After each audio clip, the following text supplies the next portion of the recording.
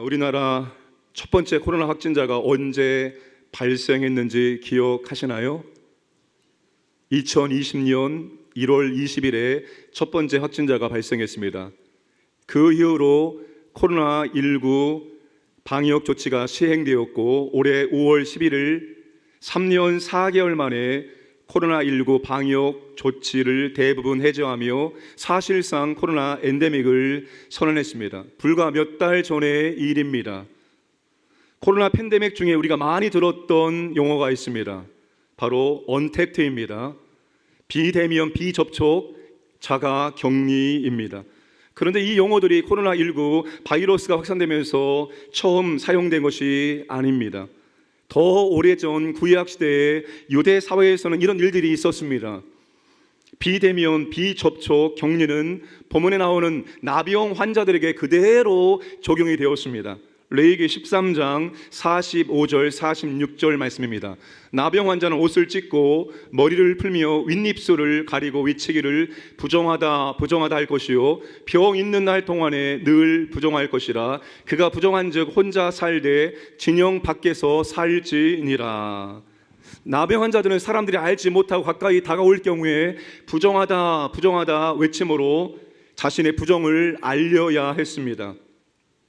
또한 부정한 사람으로 비대면, 비접촉을 위해 마을 밖으로 철저히 격리되어 살아야 했습니다. 그들은 사람들의 눈에 보이질 않길 요구받았습니다. 유대 사회에서는 나병 환자가 저주받은 사람으로 취급을 받았기 때문입니다. 그들은 나병이라는 질병과 동시에 고립과 외로움이라는 삼중고를 겪어야 했습니다. 어느 날 예수님께서 예루살렘으로 가시는 길에 사마리아와 갈릴리 사이로 지나가시게 되었습니다. 예루살렘은 남쪽에, 갈릴리는 북쪽에, 사마리아는 그 중간에 위치합니다. 예수님이 사마리아와 갈릴리 사이로 지나가셨다는 말씀은 사마리아 북쪽과 갈릴리 남쪽 경계 사이를 지나가셨다는 의미입니다. 예수님이 사마리아와 갈릴리 경계 지역으로 지나가신 이유는 유대인들과 사마리아인들은 적대적인 관계였기 때문입니다. 사마리아인들과 유대인들은 서로 상종하지 않았기 때문입니다. 주님이 괜한 갈등을 유발시키지 않기 위해서 그 경계선 사이로 지나가신 것입니다. 예수님이 경계 지역에서 어떤 마을에 들어가셨습니다. 그때 나병 환자 10사람이 멀리 서서 큰 소리로 외쳤습니다. 예수 선생님이여 우리를 불쌍히 여겨 주옵소서. 예수 선생님이여 우리를 불쌍히 여겨 주옵소서. 사랑하는 광인의 가족 여러분, 우리 나병 환자들의 절박한 부르짖음에 대해서 한번 생각해 보아야 합니다. 그들은 관계가 단절되어 버림받고 소외된 사람들입니다. 그들은 고립되고 격리된 곳에서 소망 없는 절망적인 삶을 살고 있었습니다. 그런데 그들에게 예수님에 대한 소문이 들렸습니다. 예수라는 사람이 모든 질병을 낫게 한다는 소문입니다. 그분 만나면 절망의 삶이 소망의 삶으로 바뀔 수 있다는 소문을 그들이 듣게 했습니다. 그 예수가 지금 그들 가까이에 지나가고 있는 것입니다. 그들에게 인생 처음이자 마지막 기회가 찾아온 것입니다. 그들은 이 기회를 놓치지 않기 위해서 간절한 마음으로 예수님을 불렀던 것입니다. 예수 선생님이여 우리를 불쌍히 여겨 주옵소서. 이 간절한 소리를 주님이 듣기를 원하셨던 것입니다. 오늘날 많은 사람들이 예수님을 만날 수 있는 교회, 예수님의 은혜를 경험할 수 있는 기회를 너무나 쉽게 놓치고 있다는 것입니다. 예수님을 쉽게 놓치는 이유는 예수님을 모르기 때문입니다. 그 예수님이 모든 인생의 문제의 답이라는 사실을 모르기 때문입니다. 예수님을 쉽게 놓치는 이유는 예수님의 필요를 느끼지 못하기 때문입니다. 예수님을 몰라도 예수님이 없어도 사는데 큰 지장이 없기 때문입니다. 예수님을 쉽게 놓치는 이유는 그렇게 간절하지 않기 때문입니다. 사랑하는 광인의 가족 여러분, 우리 인생은 예수님을 부르고 찾아야 될 이유와 예수를 만날 수 있는 절호의 기회들이 곳곳에 있습니다. 우리는 그 기회를 절대로 놓치지 않아야 합니다. 어떤 이유이든지 절박한 상황과 간절한 상황은 우리로 하여금 예수님을 찾고 부르고 은혜를 경험하는 기회를 제공합니다. 예수님을 만날 수 있는 그 기회를 절박함으로만, 간절함으로만 끝내지 않기를 원합니다. 인생의 절박함과 간절함 모두 예수님을 찾고 부르고 만나는 기회가 되어야 합니다. 시편 107편은 대표적인 찬양시이면서 감사하십니다. 왜 우리가 하나님을 찬양하고 왜 우리가 하나님께 감사를 드려야 되는지 이유를 이렇게 밝히고 있습니다. 28절 이하부터 함께 읽겠습니다. 이에 그들이 그들의 고통 때문에 여호와께 부르짖음에 그가 그들의 고통에서 그들을 인도하여 내시고 광풍을 고요하게 하사 물결도 잔잔하게 하시는도다. 그들의 평안함으로 말미암아 기뻐하는 중에 여호와께서 그들이 바라는 항구로 인도하시는도다. 여호와의 인자하심과 인생에게 행하신 기적으로 말미암아 그를 찬송할지로다. 아멘. 인생의 고통이 찾아올 때, 인생의 근심이 찾아올 때 우리는 하나님께 부르짖어야 합니다. 그때 하나님이 고통에서 인도하여 내시고 인생의 풍랑 속에서, 인생의 광풍 속에서 방향을 잃은 그 삶 속에서 우리를 안전한 항구로 인도해 주십니다. 하나님은 절박함과 간절함에 부르짖을 때 인자하심을, 하나님이 얼마나 사랑이 많으신지를, 그분의 헷세대의 사랑을 우리에게 경험시켜 주시고 그리고 우리에게 기적을 베풀어 주십니다. 일본의 국민학교 4학년 때부터 이질이라는 질병 때문에 뇌성마비를 얻어 듣는 것과 보는 것과 눈꺼풀 움직이는 것 외에는 아무것도 할 수 없는 사람이 있었습니다. 바로 우찌무라 겐조입니다. 어머니가 성경책을 머리맡에 펴두고 머리를 받쳐놓고 하면 어머니가 돌아올 때까지 꼼짝없이 어머니가 펴놓은 성경을 보고 있어야 했습니다. 하는 어머니께서 펴놓은 성경이 고린도전서 12장이었습니다. 그가 펼쳐져 있는 그 말씀을 하나씩 읽어 내려가기 시작했습니다. 그리고 이 부분을 발견했습니다. 주님이 바울에게 내 은혜가 내게 족하도다, 내 은혜가 내게 족하도다, 이 말씀이 그의 마음속에 들어오고 이 말씀을 자신의 말씀으로 받게 되었습니다. 바울도 육체의 가시가 사라지기를 주님께 간절히 간구했지만 주님은 육체의 가시를 제거해 주지 않아서 바울은 질병 가운데 복음의 삶을 감당했습니다. 이 바울의 삶 모습이 자신의 모습과 너무나 닮았습니다. 하나님은 내 은혜가 내게 족하다, 내 능력이 약한 데서 온전해진다, 이 말씀을 자신의 말씀으로 받게 된 것입니다. 그러면서 그의 삶이 조금씩 변화되기 시작했습니다. 뒤늦게 책과 방송을 통하여 자신의 모습이 완악한 일본인을 회개시키는 도구로 쓰시고자 하신 하나님의 선택임을 비로소 깨닫게 되었습니다. 그의 회고적인 시 중에 괴롭지 않았더럼이라는 시가 있습니다. 만일 내가 외롭지 않았더라면 하나님의 사랑을 받아들이지 않았을 것을, 만일 모든 형제 자매들도 괴롭지 않았더라면 하나님의 사랑은 전해지지 않았을 것을, 만일 우리 주님이 괴롭지 않았더라면 하나님의 사랑은 나타나지 않았을 것을.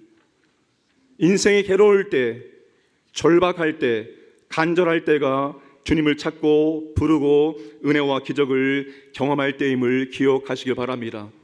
그분이 우리의 삶 가운데 십자가의 흔적을 남기고자, 우리에게 정말로 잊을 수 없는 주님을 진하게 경험시키고자 주님은 우리에게 때론 절박한 상황을, 때론 간절한 상황을, 때론 근심 가운데 처할수록 인도하실 때가 있다는 것입니다. 여러분, 그때 그 절박함과 간절함을 가지고 주님께 나아가셔서 주님 나를 구원하여 주옵소서, 주님 내 인생을 붙잡아 주시옵소서, 나를 이 고난 가운데 헤쳐나갈 수 있는 믿음을 주옵소서 간구하시고 십자가의 흔적을 다시 한번 진하게 경험하기를 주님의 이름으로 축복합니다. 예수님은 큰 소리로 부르짖는 10명의 나병 환자들을 보시고 말씀하십니다. 14절입니다. 보시고 이르시되 가서 제사장들에게 너희 몸을 보이라 하셨더니 그들이 가다가 깨끗함을 받은지라. 주님이 보시고, 주님이 무엇을 보셨을까요? 주님이 그들의 간절함을, 그들의 절박함을 보셨습니다. 주님이 그들에게 지금 무엇이 그렇게도 필요한지를 주님께서 보시고 아셨습니다. 그래서 거두절미하고 주님이 처방을 바로 말씀하십니다. 가서 제사장들에게 너희 몸을 보이라. 레위기 13장에 나병에 걸렸다가 나은 사람은 반드시 제사장을 찾아가서 진찰을 받고 나았다라는 판결을 받아야 됩니다. 제사장이 나았다는 공식적인 선언이 있을 때 그들은 격리의 세대가 되고 마을로 가정으로 다시 돌아갈 수가 있었습니다. 따라서 가서 제사장들에게 너희 몸을 보이라. 이 말씀은 너희들의 나병이 나았으니 제사장에 가서 보이고 나았다라는 판결을 받아라는 뜻과 같습니다. 예수님은 나병 환자를 만지거나 기도해 주거나 말씀으로 고쳐주시지 않았습니다. 단순히 가서 제사장들에게 몸을 보이라고만 명령을 하셨습니다. 예수님이 나병 환자들에게 무엇을 원하실까요? 주님이 그들에게 무엇을 원하시길래 주님 이렇게 말씀하셨을까요? 주님은 그들에게 믿음을 원합니다. 수많은 믿음이 있습니다. 그 믿음 가운데 주님이 원하시는 믿음은 바로 순종하는 믿음입니다. 그들이 믿고 순종해서 가는 도중에 제사장들에게 몸을 보이기 전까지 낫게 된다는 것입니다. 아직도 그들의 나병은 그대로입니다. 변화의 조짐도 전혀 보이지 않습니다. 조금 변화의 조짐이 보인다면 더 기쁨으로, 더 감사한 마음으로 적극적으로 순종할 텐데 아무런 변화의 조짐이 보이지 않았습니다. 그러나 주님은 그들에게 순종하는 믿음을 요구하시는 것입니다. 10명의 나병 환자들이 예수 명령에 그대로 순종했습니다. 그리고 가던 도중에 나병에서 깨끗하게 치료를 받게 되었습니다. 그들이 가다가 깨끗함을 받은지라. 사랑하는 광연의 가족 여러분, 예수님은 순종하는 믿음을 오늘 우리에게도 원하십니다. 나병 환자가 가장 부정적인 장소인 마을 밖으로부터 가장 거룩한 제사장이 있는 마을 중심부로 들어갈 수 있는 경우는 나병이 완전히 나았음을 확인받았을 때뿐입니다. 그러나 주님은 아무런 변화가 없을 때, 아무런 변화의 치유의 기미가 보이지 않을 때 제사장에 가서 피부를 보이라고 말씀을 하셨습니다. 예수님의 명령에 믿음으로 순종하는 것은 무모함입니다. 그 무모함이 순종하게 하는 바로 믿음입니다.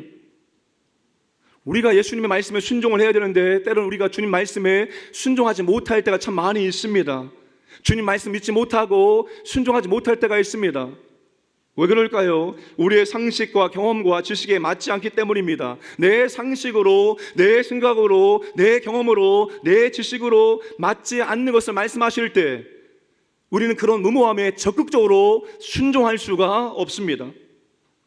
열왕기하 5장에 나아만 장군의 이야기가 나옵니다. 아람의 나아만 장군입니다. 아람은 지금의 시리아입니다. 그때부터 이스라엘과 이런 관계였는데 지금까지도 대립적인 관계입니다. 나아만 장군은 아람에서 왕 다음으로 2인자였습니다. 그런데 그는 나병 환자였습니다. 나아만 장군의 집에는 이스라엘과 전쟁에서 잡아온 어린 소녀가 있었습니다. 이 어린 소녀가 나아만 장군의 부인의 시종을 들다가 이렇게 말합니다. 사마리아에 있는 엘리사 선지자를 만나면 나병을 고칠 수 있다고 말합니다. 이 말을 전해드는 나아만 장군이 왕의 허락을 받고 왕의 편지를 받아서 엘리사를 찾아갑니다. 나아만 장군이 위풍당당하게 군마와 병거를 끌고 엘리사의 집 문 앞에까지 갔습니다. 그런데 엘리사가 나와 보기는커녕 사환, 종 게하시를 통해서 이렇게 말합니다. 요단강에 들어가서 몸을 7번 씻으면 깨끗하게 될 것이다. 나아만 장군이 기분 나빴습니다. 화가 났습니다. 그래서 되돌아가려고 했습니다. 왜 그가 화를 내며 되돌아가려고 했을까요? 열왕기하 5장 11절 12절입니다.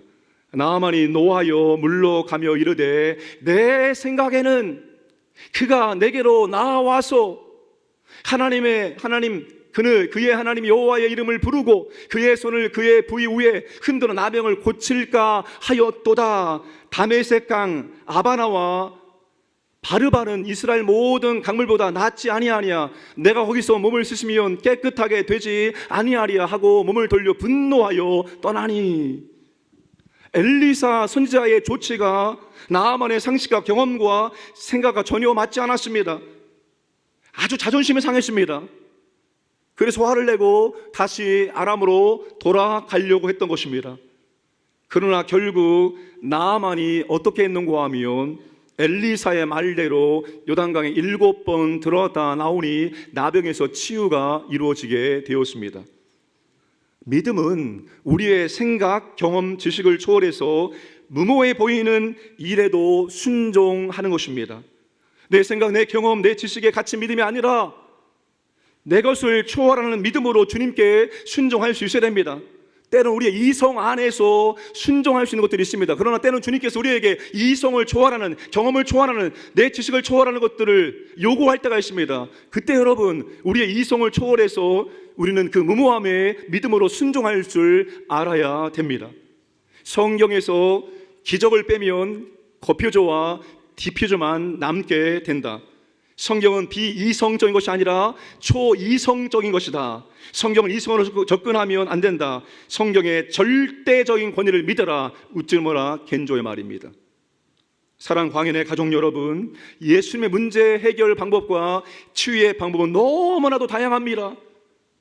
우리의 생각을, 우리의 경험을, 우리의 지식을 넘어서는 주님의 문제 해결 방법과 주님의 치유의 방법이 신약 성경의 복음서에 그렇게도 많이 기록되어 있습니다. 예수님은 즉시로 우리의 문제 해결하고 우리의 질병을 치유하실 수도 있습니다.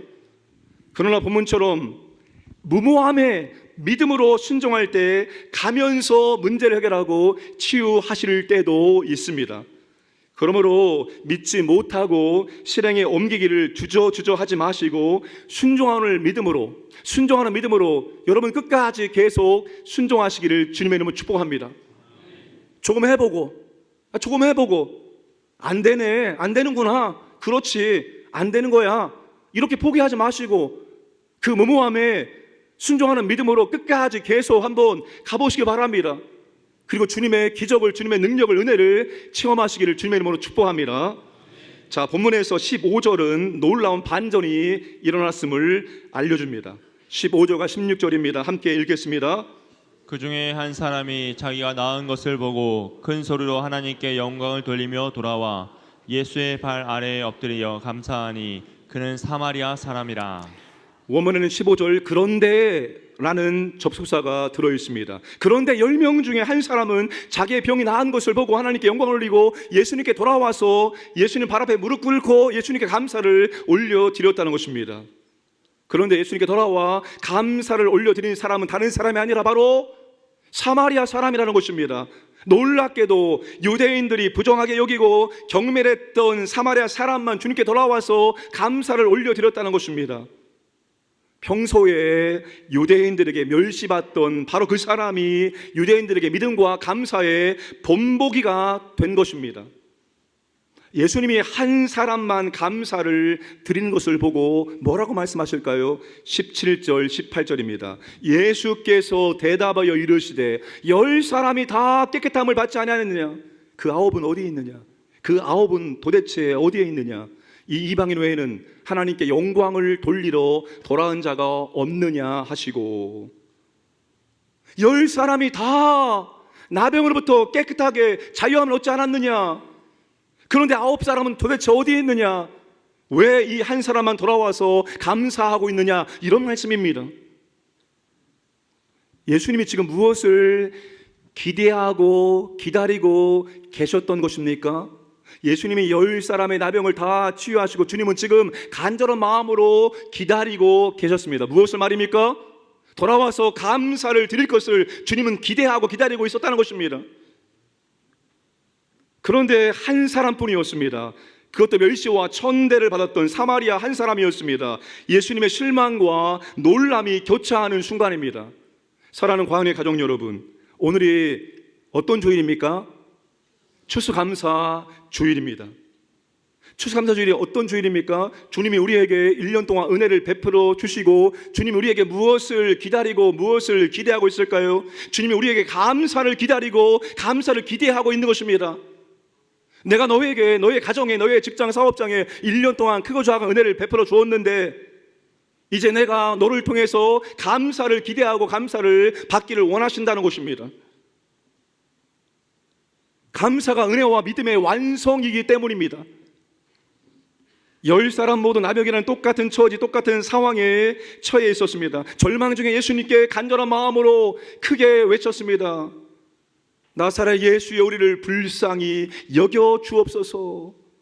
그리고 주님이 그들을 불쌍히 여겨 주셔서 나병으로부터 자유케 해 주셨습니다. 그런데 9명은 그 길로 기뻐하면서 가던 길로 갔습니다. 9명이 간절히 예수님을 찾고 부른 이유는 나병을 고침받기 위함입니다. 지금 당장 문제가 해결되는 것입니다. 지금 당장의 문제가 해결되니까 그들은 가던 길로 가는 것입니다. 그들은 예수님을 문제 해결 수단으로만 여겼던 것입니다. 9명은 빨리 제사장에게 가서 깨끗하게 나았다는 것을 판정을 받고 집에 돌아가서 가족들을 만나고 정상적인 생활하고 싶은 생각뿐이었습니다. 예수님이 나의 나병을 고쳐주셨다는 것보다도 지금 나의 나병이 나았다는 것이 더 중요하게 여긴 사람들입니다. 9명은 큰 소리로 부르짖으며 기도할 줄만 알았지, 큰 소리로 하나님께 영광 돌리고 큰 소리로 하나님께 감사 드릴 줄을 모르는 사람들이었습니다. 그들은 진짜로 은혜가 무엇인지를 모르는 사람들이었습니다. 그러나 사마리아 한 사람은 은혜와 사랑이 무엇인지를 아는 사람이었습니다. 그는 평소에 사마리아 사람이란 이유 때문에 그는 갈시와 멸시와 천대를 받았습니다. 그런데 나병까지 걸렸습니다. 그는 정말로 살아있으나 죽은 자와 같은 삶을 살았습니다. 아무런 소망이 없는 그 사에게 주님이 그의 삶을 고치시고 새롭게 하셔서 새 인생을 살 수 있는 은혜를 베풀어 주셨습니다. 그 은혜와 사랑이 얼마나 큰지 알았습니다. 그래서 그 자리에서 하나님께 영광을 돌리고 아마 주님께 올 때까지 하나님께 영광을 돌리면서 주님께 돌아온 다음에 주님 발 앞에 무릎 꿇어서 감사를 올렸을 것입니다.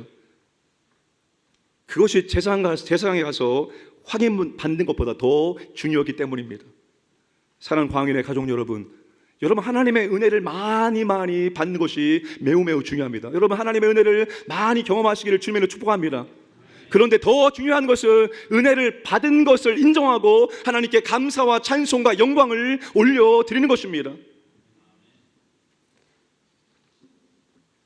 하나님 우리에게 감사와 찬송을 기대해서 우리에게 이런저런 은혜를 베풀어 주시기 때문입니다. 그런데 아십니까? 은혜를 받는 것보다 감사하는 것이 더 어렵습니다. 하늘에서 두 천사가 내려왔습니다.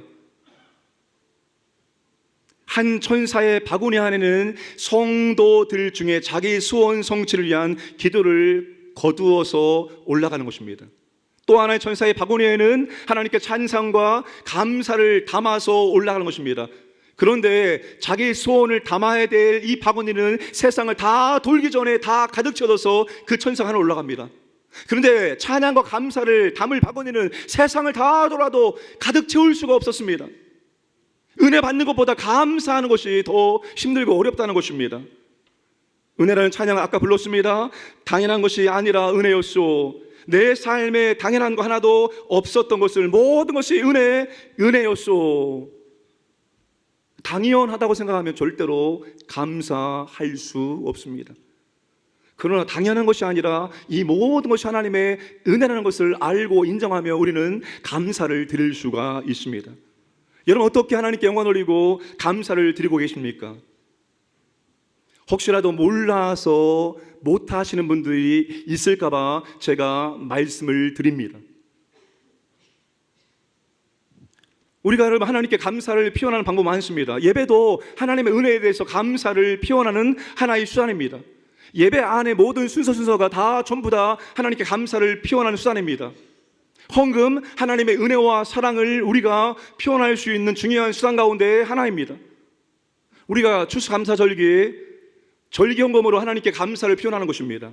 그런데 어떤 분들은 일반 헌금과 절기헌금을 차이를 모르시는 분이 계십니다. 일반 헌금이나 절기헌금이 똑같이 여기십니다. 그래서 절기헌금을 너무나도 가볍게 생각하고 가볍게 드립니다. 여러분, 주님은 아십니다. 우리가 정말로 집값 비싼 광장동에 사는 걸 알고 있습니다. 주님은 여러분 이 광장동에 교육비가 얼마나 많은지를 주님은 다 알고 있습니다. 주님은 여러분 우리가 정말 감사를 알고 최선으로 드리기를 원하시는 거예요. 근데 어떤 분들은 제가 절기헌금 저거 헌금 안 봅니다. 여러분, 매주 제가 헌금을 점검하는 거 아니에요? 근데 어떤 분은 절기헌금을 커피값도 안 되는 돈을 내시는 분이 있습니다. 여러분, 여기 북한강 근처 보시면 아주 전망 좋고 분위기 끝내주는 그 집 가서 커피 마시면 얼마일까요? 안 가셔서 모릅니다. 오직 기도와 말씀 가운데 거했습니다. 여러분, 10,000원이 넘어요. 10,000원이 넘어요. 근데 여러분, 우리가 하나님께 추수감사 절기를 감사하다고 고백하면서 커피값도 안 되는 감사헌금을 드리면서 하나님 감사를 받아달라고 합니다. 저는 하나님은 상대평가를 하십니다. 어떤 분에게는 그 돈이 생활비 전부가 될 수도 있습니다.